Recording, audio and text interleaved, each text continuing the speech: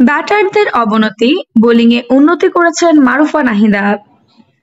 ভারতের বিপক্ষে টি-20 সিরিজে ঘরের মাঠে বিধ্বস্ত হয়েছে বাংলাদেশ নারী ক্রিকেট দল। হারমানপ্রীত কৌরের দলের কাছে ৫-০ ব্যবধানে সিরিজ হেরেছে নিগার সুলতানা জ্যোতির দল, যার প্রভাব পড়েছে আইসিসি র্যাঙ্কিংয়ের সবশেষ হালনাগাদে। ব্যাটিংয়ে অবনতি হয়েছে টিম টাইগ্রেসের, অবশ্য উন্নতি হয়েছে বোলিংয়ে ও অলরাউন্ডিংয়ে। ব্যাটিং র্যাঙ্কিংয়ে ২ ধাপ অবনতি হয়েছে অধিনায়ক জ্যোতি, ১৭ নম্বরে নেমে টাইগ্রেস অধিনায়ক। ৫ ধাপ অবনতি হয়ে ৫৩ নম্বরে নেমেছেন মুর্শিদা খাতুন। এছাড়া না খেলে অবনতি হয়েছে সালমা খাতুন, শামীমা হক ও ফারজানা হকের। ব্যাটিংয়ে যথারীতি শীর্ষস্থান দখল করে আছেন অস্ট্রেলিয়ার তাহলিয়া ম্যাকগ্রা, ২-এ ওয়েস্ট ইন্ডিজের হেইলি ম্যাথিউস ও ৩-এ সাউথ আফ্রিকার লরা উলভারেট।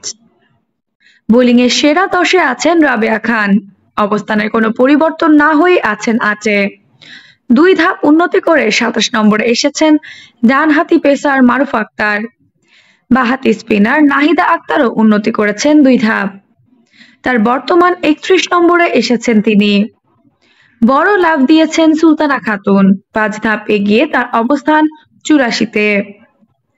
সানজিদা আক্তার মেঘলা, ফাহিমা খাতুন, সালমা খাতুন, জাহানারা আলম ও রুমানা আহমেদের অবনতি হয়েছে। বোলিংয়ে শীর্ষস্থান ধরে রেখেছেন ইংল্যান্ডের সোফি অ্যাকলিস্টন। এছাড়া ভারতের দীপ্তি শর্মা ও পাকিস্তানের সাদিয়া ইকবাল ২ ও ৩-এ আছেন। না খেলেই ৪ ধাপ অবনতি হয়ে ২০-এ নেমে গেছেন অলরাউন্ডার সালমা খাতুন, তবে ৩ ধাপ উন্নতি করেছেন রাবেয়া খান ও মারুফা আক্তার। রাবেয়া ৩৫ এবং মারুফা ৭১ নম্বরে এসেছেন। এ তালিকার শীর্ষে আছেন হেইলি ম্যাথিউস।